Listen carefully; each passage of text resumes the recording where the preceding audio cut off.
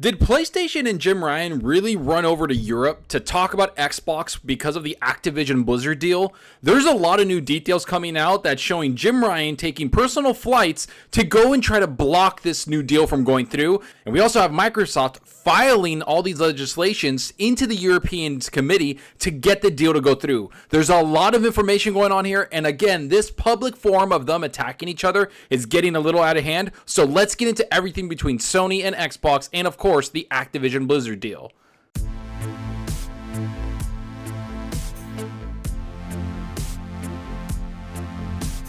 Alright, so you know the drill. If you like the content, hit that subscribe button and that like button. And if you want to be notified on future videos, hit that small little bell icon. And if you want to go that extra mile to support the channel, hit that join button. All the support is greatly appreciated.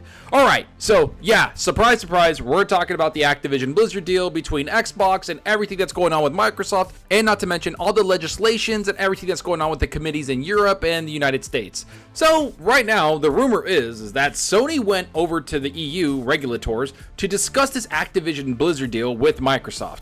And man, oh man, are people going crazy on the internet talking about this, and there's multiple articles. So this is pretty much confirmed that Jim Ryan did this. And in fact, I just kind of want to jump into what the article has to say, so let's get into it. Sony reportedly met with European antitrust regulators to discuss Microsoft's proposed acquisition of Activision Blizzard. According to sources familiar with the matter who spoke with Deal Reporter and was reported by Seeking Alpha, the sources claim PlayStation CEO Jim Ryan met with the European Commission on September 8th to voice his concerns over the deal. Ryan previously stated Microsoft promised to keep Call of Duty on PlayStation for a further 3 years beyond the current agreement between Sony and Activision Blizzard. The promise for a further 3 years, according to Ryan, is inadequate on many levels. The report also stated Google also has its worried over the acquisition and voiced its concern with the regulators. I'm going to just try to break all of this down. Number one, we know that Jim Ryan is worried about the deal. We know that Sony's worried about the deal. I mean, when the deal was announced back in January, there was a lot of things going on. Sony's stock plummeted, PlayStation plummeted. There was a lot of people panicking, thinking that Call of Duty is going to be exclusive. Not to mention, you think about all the mobile games that they can get from King, and of course, the PC-centric deal that this is with Blizzard. All of these things were being scrutinized, and for several months in this entire year, Xbox and Microsoft have used their lawyers to kind of combat this and also make promises to other publishers that, hey, they're not going to abandon them. And one of the most prominent ones of this, and the one that's crying the most, is PlayStation with Jim Ryan, the CEO. They're going publicly with this, and they're going out publicly talking about this with multiple regulators across multiple countries. So this is going to be a long, arduous process that Sony is going to try to drag out for as long as possible. And I have to say, there's a lot of implications here that Sony's not looking at. What is Xbox going to do? What are they going to do with Call of Duty if you keep agitating them and fighting it? I get that this is all business. I get that this is going to happen for a long time, but I think things are going to change later on if this deal doesn't go through. And I'm going to talk about that a little bit later. But now let's shift over to Google, who just shut down Stadia. Now, I think this is a bigger implication because Google is one of the biggest companies in the world. They have billions upon billions, if not trillions of dollars that they can spend. And they actually came out of gaming because Stadia was such a massive failure to them. So if a big company like that voices their concern of Microsoft, and maybe they say we shut down Stadia because we just couldn't compete with Microsoft, that might be something that regulators look at maybe as antitrust or anti-competitive for the consumer. But overall, Microsoft has been filing a lot of stuff with the European Commission, which is reported right here. Microsoft today filed the Activision Blizzard deal with the European Commission. A provisional deadline of November 8th was set by the regulators to either approve the deal or to choose a more in-depth investigation. The goal of the investigation by regulators is to decide if the acquisition will reduce competition in the video game market. The Competition and Markets Authority, CMA, in the UK, following its initial investigation, announced its plans to explore this deal in an in-depth Phase 2 investigation to reach a decision that works in the interests of UK gamers and businesses.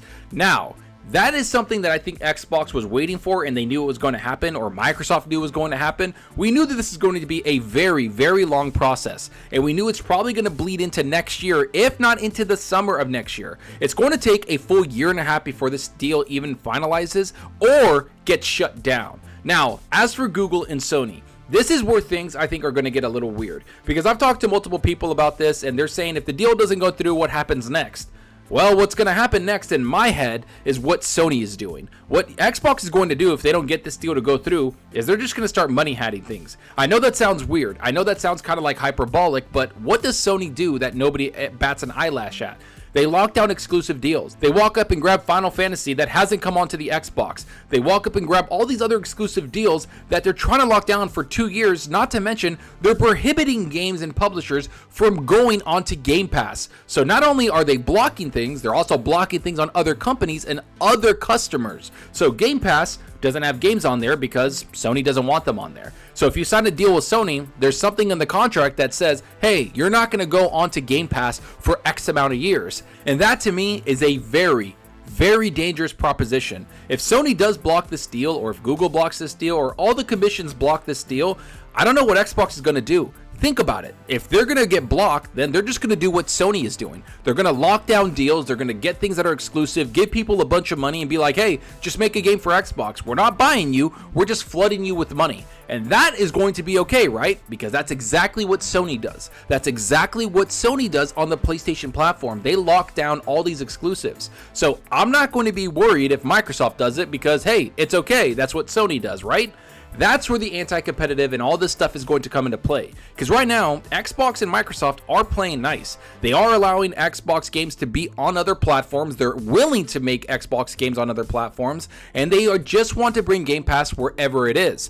That is, to me, not anti-consumer. That to me is competition. They're changing the whole market. They're changing things. Xbox knew that they couldn't compete with what Sony is doing, what Nintendo is doing with exclusives and big games and brand name. I know that sounds weird to say as an Xbox fan, but you can't compete with Nintendo's history. You can't compete with the amount of attach rate they have with their exclusive games. Look at Breath of the Wild. How many units sold on that with how many Switches were sold? Look at PlayStation with a bunch of their exclusives. Xbox knew that they had to change the market, which they did. They brought value. They brought things into Game Pass where you could play. Not to mention, they opened up their brand and their ecosystem. They are not just a console, and they never will be just a console. Xbox is PC, PC is Xbox, and you throw in cloud, and that is going to be an expandable brand that they can do. And that's what's going to happen from now on. They're not going to just sit back. They're not going to just let games come on one console. They're going to have games come everywhere. And that's what's going to happen with Activision Blizzard.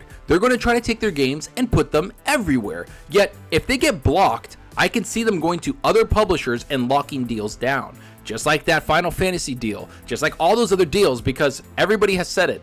Microsoft has basically endless pockets. They can do whatever they want, they can buy whatever they want, and I'm sure there's things that are there to block them, like this new anti-regulatory and all these commissions going on, but overall, they could just lock down publishers, lock down third-party deals, and make it exclusive, and then at that point, what is Sony going to do? Are they going to cry to regulators that there's exclusives? Well, you're doing the same practice, so no, you can't fight that. I think that this Activision Blizzard deal is going to set a lot of things in motion for gaming and a lot of things in motion for tech. It's one of the biggest things happening in the world right now across the industry. So we need to realize what's going to happen, and we need to be ready as consumers of the deal going through or the deal not going through. I have a feeling they're pretty adamant that it's going to go through, especially since Xbox isn't number one in the market. That is definitely held by Sony and Nintendo. So let's see what happens in the next couple months. I think this is going to go into April of next year or March of next year. So we'll see what happens with all of that. All I know is that I'm excited to see it. I'm annoyed that Sony is fighting so hard for this,